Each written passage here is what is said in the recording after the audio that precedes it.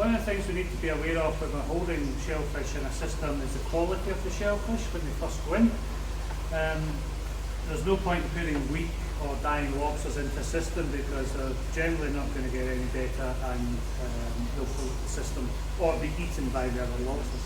So it's always a good idea to be able to check the shellfish coming in. And I know if you've got a lot of lobsters coming in that you don't necessarily have the time to look at all of them individually, have a quick look and see what ones are weak and maybe either reject those or put them into a separate tray in the Lobster Pod system so you can keep a close eye on them.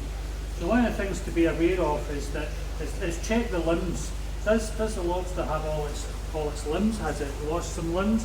Has it lost them recently or was it a while ago? This lobster here, you can see it's actually lost a couple of limbs over time, but these are growing back. So these have actually been in our system for a while, and it's growing the limbs back again. So that shows it's in good condition. If it's a recent occasion that it's lost a limb, you'll see that that's still quite kind of raw or quite kind of clean break. You want to keep an eye on that lobster because it does weaken it. If you start bleeding from there, it can weaken the lobster. You also want to see that it's got a bit of sort of kind of tucker to its body, that it's not all floppy. This one you can see here, it's moving its legs, it's moving its claws. That shows it's nice and healthy and got plenty of strength. Again, if it's a lobster that's not showing much strength and it's just drooping, again keep that separate.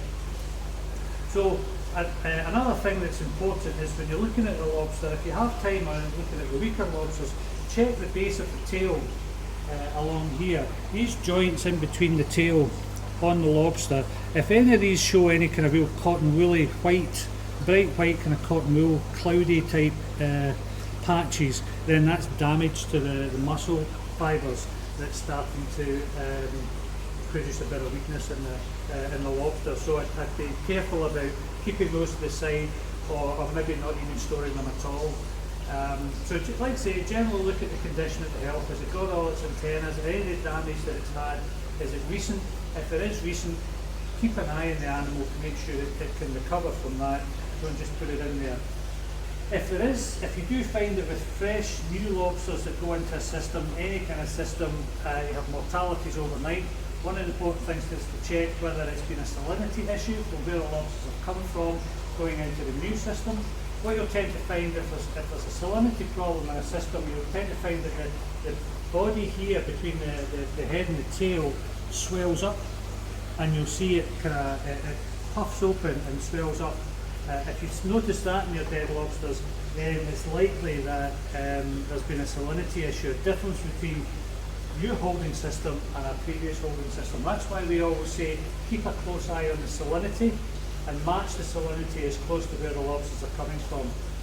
If you're holding lobsters that are American or Canadian lobsters that are coming from abroad, check with the exporter there what salinity they've been holding the lobsters at. It can be as low as 28 parts per thousand for that, whereas our water supply, salt water is between 32 to 35. So match the salinity as close as possible before the lobsters come in, because that can create another weakness for them. But generally check that the lobster is in good nick, and then it should be fine to store.